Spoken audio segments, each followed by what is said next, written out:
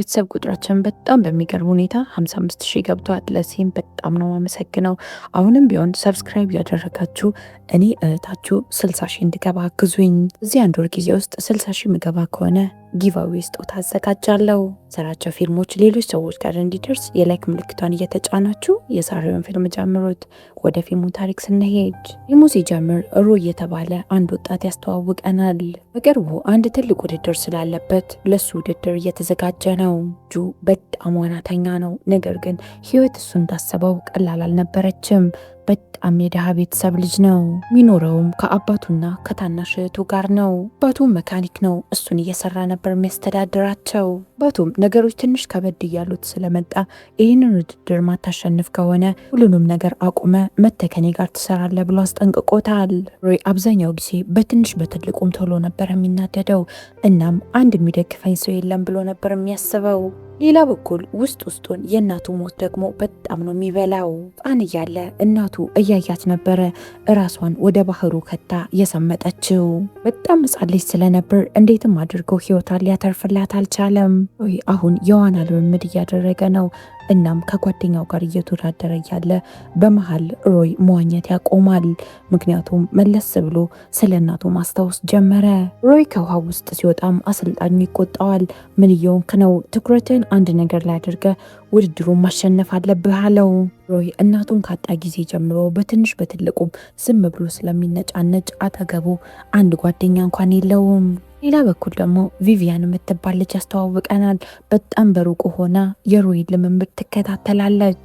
ቪቪያን የስቲቭ ፍቅረኛ ናት። ከሮይ ጋር የዋና ውድድር ሲወዳደር የነበረው ልጅ። አሁን ግን ፍቅረኛዋ ስቲቭ በፊት የሚሰጣትን ትኩረት እየሰጣት ስላልሆነ በጣም መጠራጠር ጀምራለች። ላይ ደግሞ አብዛኛው ጊዜ ልምምድ አለብኝ እያለ ከሷ ርቆ ነው ጊዜውን የሚያሳልፈው። ልምምዱን በኋላ ስቲቭ ቪቪያን እና ጓደኛዋን ክርስቲን ይዟቸው ምግብ ለመብላት ይሄዳሉ። እዚህ መሃል ክርስቲን ሮይን እንደወደደችውና የት አድርጋ መቅረብ እንዳለባት ትጠይቃቸዋለች። ቪቪያንና ስቲቭም ይስቁባታል። ከዛም ሮይ ዝም ብሎ ተናዳጅ ሰው ነው፣ ላንቺ ጥሩ ሰው አይደለም ይሏታል። አብረሹ ብትሆኚ ዝም ብሎ ባገኘው አጋጣሚ ሁሉ ዝም ብሎ ነው የሚጮህብሽ አሏት። ስቲልም ምን ማለት እንዳለባት ግራ ይገባትና ጸጥ ነበር ያለችው። አንቀ ምሽት ሮይ ወደ ቤት ከተመለሰ በኋላ ለሱና ለእህቱ እራት መስራት ይጀምራል። ቶም አንተ ለሆነ ውድድር ወደ ሮም ስትሄድ አብሬክ መሄድ እፈልጋለሁ አለችው። ሮይ ውድድሩን አሸንፋለሁ ብሎ እያሰበ አይደለም። እንደውም ይህንን ውድድር ብተዋውስ ብሎ እያሰበ ነበር። ሰሞኑ ግን ምንም አታስቢ፣ እመሄድ ከሆነ በጣም ብዙ ስጦታ ነው ይዤልሽ በመጣው አላት። አባታቸውም ከስራ ይመለሳል። ዛም በወሬያቸው ጣልቃ ይገባና አሁንም ከሮይ ጋር መጨቃጨቅ ጀመረ። አሰልጣኝ እንደነገረኝ ምንም ለውጥ እየታየብህ አይደለም። እናም ጊዜህን አታባክን፣ ሁሉንም ነገር ትተህ መተኔ ጋር ስራ ይለዋል። ወይም ከአባቱ ጋር ተጨቃጭቆ በጣም ተናዶ ቤቱን ለቆ ይሄድና ወደ መዋኛ ገንዳ ይሄዳል። ዛማታ ወደዚህ ዋና ቦታ መምጣት ባይፈቀድም ሮይ ተደብቆ ነበር የሚሄደው። ሌላ በኩል ቪቪያን ወደ ቤት ከገባች በኋላ ከአባቷ ጋር በቪዲዮ ኮል ታወራለች። አባቷ ለስራ ወደ ሌላ ሀገር ሄዶ ነበር። ቪቪያን በእናትና በአባቷ መሀል በጣም ርቀት እየተፈጠረ እንደሆነ እያስተዋለች ነው። እናም ካሁን ተጣሉ ብላ በጣም እየተሰቀቀች ነበር። ሳባንም ለመርሳት የሚቀጥለው ቀን ፈተና ስላለባት ማጥናት ትጀምራለች። ሳባ በጣም ጥሩ ውጤት አምጥቶ አሪፍ ዩኒቨርሲቲ መግባት ነው። በጠናች በመሃል ለፍቅረኛዋ ስቲቭ ትደውልለታለች። ስልኳን አያነሳም። ቀጥለው ቀን ከእንቅልፏ ስትነሳ ስቲቭ ሁለቴ ደውሎላት ነበር። ዳበት ስለነበር መልሳም አልደወለችለትም። የሚቀጥለው ቀን በጠዋት ስቲቭ ወደ ቪቪያን ቤት ይመጣል። ልጅሽ ፈልጌ ያልነበረም ስልክ ያላነሳሁት ስላላየሁት ነው አላት። እሷም ተናዳ ስለነበር ጸጥ ነበር ያለችው። የደወልኩልህ በጣም አስፈልገኝ ነበር፣ ግን በፈለግኩ ሰዓት አጠገቤ ሆና አታውቅም ትለዋለች። ስቲቭም ሊያረጋጋት ይሞክርና በጣም እንደሚጨነቅላት ነገራት። ያን ቀን ምሽት ቪቪያን ቀቷ ትንሽ እንኳን ከቀለልላት ብላ በማሰብ ወክ ለማድረግ ከቤት ትወጣለች። እናም ያልጠበቀችውን ነገር ነበር ያየችው። እናቷ ከሌላ ሰው ጋር ፈታ እያለች ነበር። ቪቪያን ያየችውን ነገር ማመን ስላልቻለች እንደ ቆመች ደርቃ ነበር የቀረችው። ቪቪያን በእናቷ ተግባር በጣም ነበር የደነገጠችው። ያየችው ነገር ምን እንደሆነ ማመን አቅቷት ፊቷን አዙራ ቪቪያን ትሄዳለች። እዚህ መሃል አንዳንድ ዱርዬዎች ቪቪያንን መንገድ ላይ ይይዟትና መንገዷን ይዘጉባታል። የቀለዱ ወደ እሷ ጠጋ ብለው ኪሷ ውስጥ ያለውን ነገር ለመውሰድ ይሞክራሉ። እያት ነበረ የሀብታም ልጅ እንደሆነች ያወቀችው። እናም ገንዘብ ትይዛለች ብሎ ነበር ያሰቡት። እዚህ መሃል ሮይ ኬት መጣ ሳይባል ይደርስላታል። እዛም ደብድቧቸው የወሰዱባትን ቦርሳ መልሶ ሰጣት። እዛም እንደዚህ አይነት ሰፈር ውስጥ ብቻሽን ምን ታረጊያለሽ ብሎ ተቆጣትና ወደ ቤት ልሸኝሽ ብሎ ከኋላዋ መራመድ ይጀምራል። ሁኔታው ሮይ ቪቪያን እንደሚወዳት በጣም ግልጽ ነው። ነገር ግን ፍቅሩን ለማሳየት አይፈልግም። ቀጥለው ቀን ቪቪያን ፈተናዋን ለመውሰድ ትሄዳለች። ይህ ፈተና የዩኒቨርሲቲ መግቢያ ፈተናዋ ነው። ግን ስሜቷ ጥሩ ስላልነበር የፈተናውን ክፍል ለቃ ፈጠን ብላ ነበር የወጣችው። ቪቪያን ፈተናውን ትታ ጉዞዋን ጀመረች። ቪቪያን ቀጥታ የሄደችው ጓደኛዋ ክርስቲን ቤት ነበር። የተፈጠሩት ነገሮች ለስቲቭ ማውራቱን እንኳን አልፈለገችውም። ክርስቲንም ቪቪያንን ልታረጋጋት ትሞክርና አልኮልን ጠጣ ብላ ሰጠቻት። ቪቪያን ከዚህ በፊት ጠጥታ ስለማታውቅ ወዲያው ነበር የሰከረችው። ቀን ምሽት አንድ የትምህርት ቤት ጓደኛቸው ያዘጋጀችው ፓርቲ ስለነበር ወደዛ ፓርቲ ይሄዳሉ። ሮይም እዚህ ፓርቲ ላይ ነበር። አብዛኞቹ ፊታቸውን ሸፍነዋል። ሮይም አጋጣሚውን በመጠቀም ቪቪያንን እንጨፍር ብሎ ጠየቃት። ቪቪያንም ሮይ መሆኑን ሳታውቅ እሺ ብላ አብረው ትጨፍራለች። ሮይ ማንነቱን ስላላወቀች ነፃነት ተሰምቶታል። ሁልጊዜ እያሳለፉ እያለ በመሃል ሮይ ጓደኛ ከሁለት ልጆች ጋር ሲጣላ ሲመለከት ሮይ ለጓደኛው ሊደግፍ እየሮጠ ይሄዳል። ሮይ በጣም ተናዶ ስለነበር አንደኛውን ልጅ ራሱን እስኪስት ድረስ ነበር የደበደበው። ያንም ተደነግጥና ፈጠን ብላ ሮይን ይዛው ትሄዳለች ፖሊስ ሳይመጣ በፊት። ዛም አንድ ላይ ወደ ቤት እየሄዱ ማውራት ይጀምራሉ። ምንድነው ሁልጊዜ ሳይክ ተናደህ ነው ማገኘህ አለችው። እናም ሰዎችን ደግሞ በጣም ነው የምትገፋው ትለዋለች። ወሰነ እያወራችው አብራው በቆየች ቁጥር የሮይን ሌላኛውን ክፍል አየች። በጣም የተረጋጋና በጣም ጥሩ ሰው ነው። ቪቪያንም አመቱን ሙሉ ለዩኒቨርሲቲ መግቢያ ፈተና ስትዘጋጅ ቆይታ ፈተናው እንዳልወሰደች ነገረችው። ምንም የሚያስጨንቅሽ ነገር የለም፣ ሁሌም ዝግጁ በሆንሽ ሰዓት ፈተናውን ድጋሚ መውሰድ ትችያለሽ አላት። እጁን የደበደበበት እጁ በጣም ቆስሎና ቀልቶ ስለነበረ በረዶ ላርግልህ አለችው። ዛም በረዶ ይዛ ተመልሳ ስትመጣ ሮይ የቆመበት ቦታ አልነበረም። መጀመሪያ ጥሏት ስለሄደ በጣም ተናዳበት ነበር። በኋላም ግን ፊት ላይ ተደብቆ እየሄደ ዋና እንደሚለማመድ ስለነገራት እዛን ሄደው ብላ በማሰብ ወደዛ ትሄዳለች። ቀጥለው ቀን ሮይ ወደ አሰልጣኙ ይሄድና ለውድድሩ ዝግጁ አለመሆኑን ይነግረዋል። አሰልጣኙ ግን እንደዚህ በቶሎ ሮይ ላይ ተስፋ መቁረጥ አልፈለገም። ስቲቭ ሲመጣ ጠብቆ አንድ ላይ እንዲወዳደሩ ያረጋቸዋል። የሚገርም ሁኔታ ሮይ ስቲቭን ያሸንፈዋል። አሰልጣኙም አየህ አይደለ ሁሉም የተሻለ ችሎታ አለ፣ አንተ ብቻ ትጠቀምበትም አለው። አሰልጣኙ ለሮም ውድድር በጣም ብቁ እንደሆነ ይነግረዋል። ነገር ግን ሁሌም ቢሆን ልምዱን ሳያቋርጥ ማድረግ አለበት። ዛን ቀን ስቲቭ ቪቪያንን ያገኛታል። እሷም ሆነክን የጠፋኸው ብላ ስጠይቀው እሱም በጣም ብዙ ልምምድ እንዳለበት ነገራት። እውነቱ ግን ከሷ ተደብቆ ከሌላ ሴት ጋር የፍቅር ግንኙነት ጀምሯል። የምጠይቃቸውን ጥያቄዎች አንዳንዱን ይመልሳል፣ አንዳንዱን ደግሞ እንዲሁ ዝም ብሎ ያልፈዋል። ቪቪያንም ፈተናሽ እንዴት ነው ብለህ እንኳን አልጠየከኝም፣ ሆነኸው እንደዚህ ሆንክ ያለው ትለዋለች። እሱም መልስ እንደመስጠት አሁንም ሌላ ልምምድ አለብኝ ብሎ ጥሏት ይሄዳል። ያን የቆረጠላት የዛን ሰዓት ነው። አፍ አውጥታ ተጣልተናል አላለችውም እንጂ ለሷ ግን የሷና የሱ ግንኙነት እዚህ ላይ ያበቃል። ያን ምን እንደምታረግ ግራ ገብቷትና በጣም ከፍቷት ወደ ቤት ስትመለስ አባቷ ከሄደበት የስራ ጉዞ ተመልሷል። ቪያንም ቤት ስትደርስ እናትና አባቷ ስለ ፍቻቸው ሲያወሩ ሰማቻቸው። ቪቪያንም የእውነት ልትፋቱ ነው ብላ ጠየቀቻቸው። የቪቪያን አባትም እንደውም ለመፋታት ያሰብነው ከአመት በፊት ነበር አላት። ለምንድን ያልተፋታችሁት አለቻቸው። እነሱም ቢያንስ ፈተናሽን በሰላም እንድትፈተኝ ይፈልገን ነበር አሏት። ቪቪያንም በጣም ነበር የተናደደችባቸው። አመት ሙሉ በጣም ይዋደዱ ባልና ሚስት እየመሰሉ ሲዋሿት እንደነበር ስታውቅ በጣም ነው የተናደደችው። በመጨረሻም ቪቪያን በጣም ሆዲ ብሳትና ደስ ይበላችሁ ፈተናውንም አልወሰድኩትም፣ እናቴን ከሌላ ወንድ ጋር ሳያት ሀሳቤን ሰብስቤ ፈተና መፈተን አልቻልኩም አለቻቸው። እናም ህይወቷን ስላበላሹት እነሱን ነበር መውቀስ የጀመረችው። ቪቪያን በጣም ተናዳ እቃዋን ሰብስባ ከቤት ትወጣለች። ያን ከቤት ከወጣች በኋላ እያለቀሰች ነበር ጉዞ የጀመረችው። ይመሃል ስቲቭ የጽሁፍ መልእክት ይልክላታል። ለውድድሩ ወደ ሮም ሊሄድ ነው አላት። ያለችበትን ነገር ለመርሳት እሷም ወደ ሮም ሄዳ ውድድሩን ለማየት ተወስናለች። ሮምም ከደረሰች በኋላ እነ ስቲቭ ያረፉበት ሆቴል ሩም ትይዛለች። አጋጣሚ ሆኖ እዛው ሆቴል ውስጥ ሮይን አገኘችው። ሮይም ቪቪያንን ከተማዋን ሊያሳያት ይዟት ሊወጣ ፈቃደኛ ይሆናል። ሮይ የተወለደው እዚህ ሮም ውስጥ ነው። እናቱ ከመሞቷ በፊት የሚኖሩት እዚሁ ሮም ውስጥ ነበር። ሮም በጣም ትልቅ ትርጉም አላት። እናቱ ከሞተች በኋላ ተመልሶ ሲመጣ ይሄ ለመጀመሪያው ነው። ዟት ሊወጣ እስክትዘገጃት ከጠበቃት በኋላ ሄዶ ያረፈችበትን ክፍል በር ያንኳኳል። እዛም ነይ እንውጣ፣ ሮምን በደንብ አሳይሻለሁ አላት። ሙሉ እያዘዋወረ ከተማዋን ሲያሳያት ይውላል።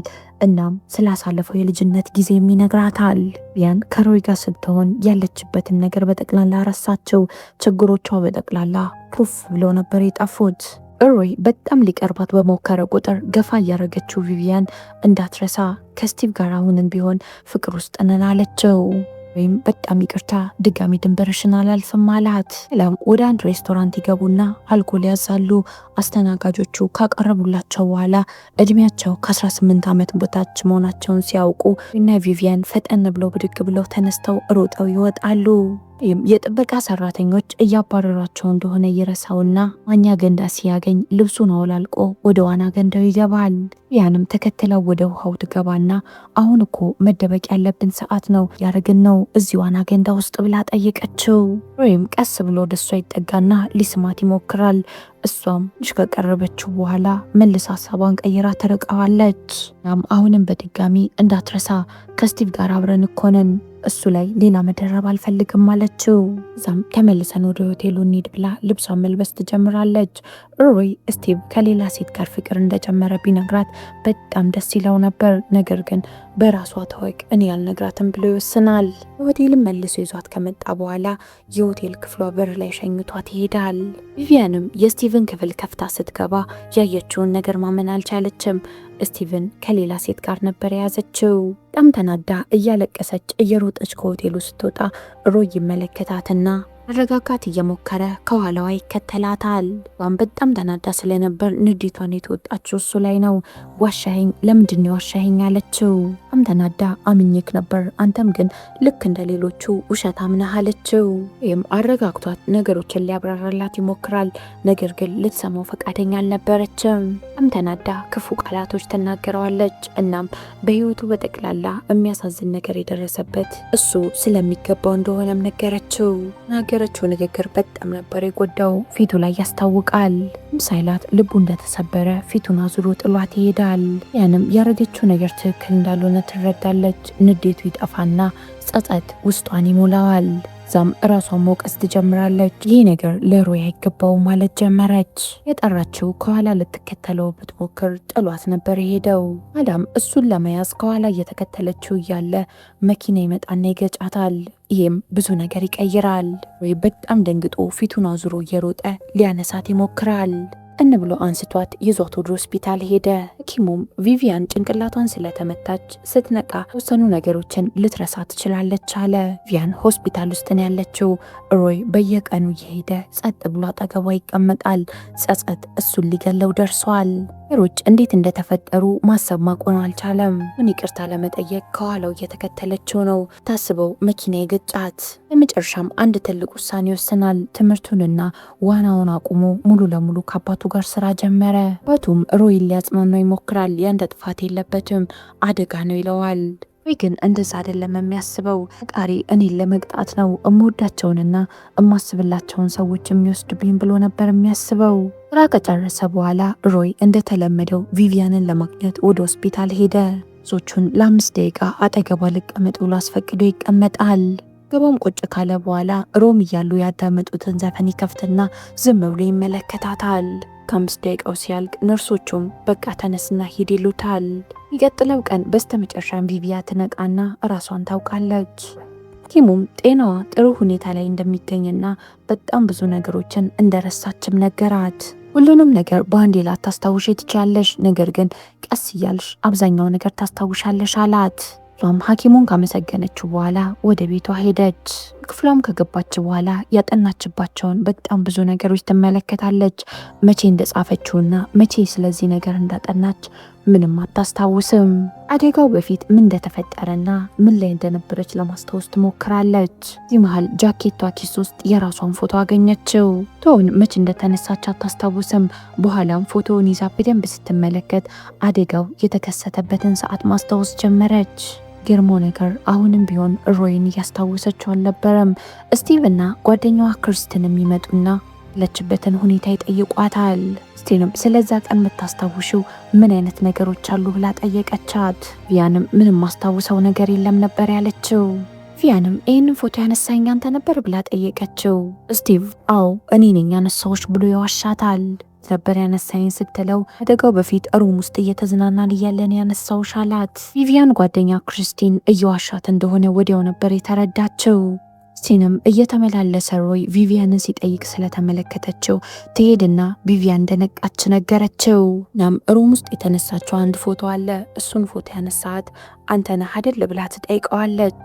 ወይም እኔ አይደለም ያነሳዋት፣ በዛ ላይ ደግሞ ጋሚ ቪቪያንን ማየት አልፈልግም ይላል። ምክንያቱም ለደረሰባት አደጋ በጣም ነው ራሱን የሚወቅሰው። ክርስቲንም ከሄደች በኋላ ሮይ ሙሉ ለሙሉ ጊዜውን ስራ ላይ ነበር ያጠፋው። አቱም ልጁ የሆነ ነገር እንደሆነ ስለገባው በቃ ይብቃ፣ ከዚህ በላይ ራስህን አትቅጣ አለው። የምታደርጋቸው ነገሮች ለእናትህም ለቪቪያንም አደጋ ራስህን እየቀጣህ እንደሆነ ያስታውቃል። ሁለቱም ላይ የተፈጠረው አደጋ ነው አለው። አመታት በኋላ ለመጀመሪያ ጊዜ የሮይ አባት ያቅፈዋል። እናም እኔ የምፈልገው በጣም ደስተኛ ሆነ ህይወትን እንድትኖር ነው ይለዋል። አባትም ልጁን ያባረረዋል። ወደ ትምህርትና ወደ ዋናህ ተመለስ፣ እዚህ ምንም አትሰራም አለው። ሮይም ቪቪያን እስክትመለስ ድረስ ክፍሏን በሱና በሷ ፎቶ ይሞላዋል። ሌላ በኩል ቪቪያን ከቤተሰቦቿ ጋር እራት ለመብላት ወጥታ ነበረ። እናም አንድ ላይ በጣም የሚዋደዱ ሰዎች መስለው ስትመለከት ድጋሚ ትውስተዋ ይመጣላታል። ቤተሰቦቿ ሊፋቱ እንደነበር አስታወሰች። ዛም እናንተ ሰዎች ግን መዋሸት አይሰለቻችሁም ነበር ያለቻቸው። ለቤት ተመልሳ ስትመጣ ሮቢ ክፍሏ ውስጥ ያስቀመጠውን ፎቶዎች ተመለከተች። በጣም ነበር የደነገጠችው። እንደዚህ ያደረገው ስቲቭ ስለመሰላት ትደውልና ታመሰግነዋለች። ሌላም ስልኩን ከዘጋች በኋላ ፎቶዎቹን እያንዳንዱን በደንብ ስትመለከት ነገሮችን ማስታወስ ጀመረች። ያን ቀን አብሯት የነበረው ስቲቭ ሳይሆን ሮቢ እንደሆነ አወቀች። ስቲቭ ባደረገው ነገር በጣም ስለተጸጸተ እየዋሻት እንደሆነ ይገባታል። የሚቀጥለው ቀን ትደውልለትና ስቲቭን ወደ ቤት ና ብላ ጠራችው። ከዚያም ስለ ፎቶዎቹ ጠየቀችው። ምንም ቢሆን ለመዋሸት ሲሞክር እሷ ግን ያዘችው። መጨረሻም ስቲቭ ምንም ሳይዋሽ ሁሉንም ነገር እውነቱን ነገራት። ቪቪያንም በተፈጠረው ነገር በጣም ትከፋና ማልቀስ ትጀምራለች። ያም ፎቶዎቹን እየሰበሰበች እያለ አንዱ ፎቶ ላይ ከኋላ የተጻፈ መልእክት አገኘች። እዚህ ቦታ መተሽ አግኝኝ ተብሎ ተጽፏል። ዘቀም ምሽት ቪቪያን ያላት ቦታ ሩይን ለማግኘት ትሄዳለች። እናም ሁሉንም ነገር አሁን ማስታወስ ጀምራለች። አሁን በመካከላቸው ምንም እንቅፋት ሳይገባ አንድ ላይ ፍቅራቸውን መቀጠል ይችላሉ። የዚህ ፊልም ታሪክ እዚህ ላይ ያበቃል። ፊልሙን ከወደዳችሁት ሰብስክራይብ አድርጉ። ሌሎች እንደዚህ አይነት ፊልሞች እንዳያመልጣችሁ። 60 ሺህ ስገባ ጊቫዌ ስላለኝ ሰብስክራይብ ያደረጋችሁ እኔ የታችሁ ማበረታታት እንዳትረሱ። ነገ በተመሳሳይ ሰዓት በሌላ ፊልም እስከምንገናኝ ድረስ የነገ ሰው ይበለን። እወዳችኋለሁ። ቻው ቻው።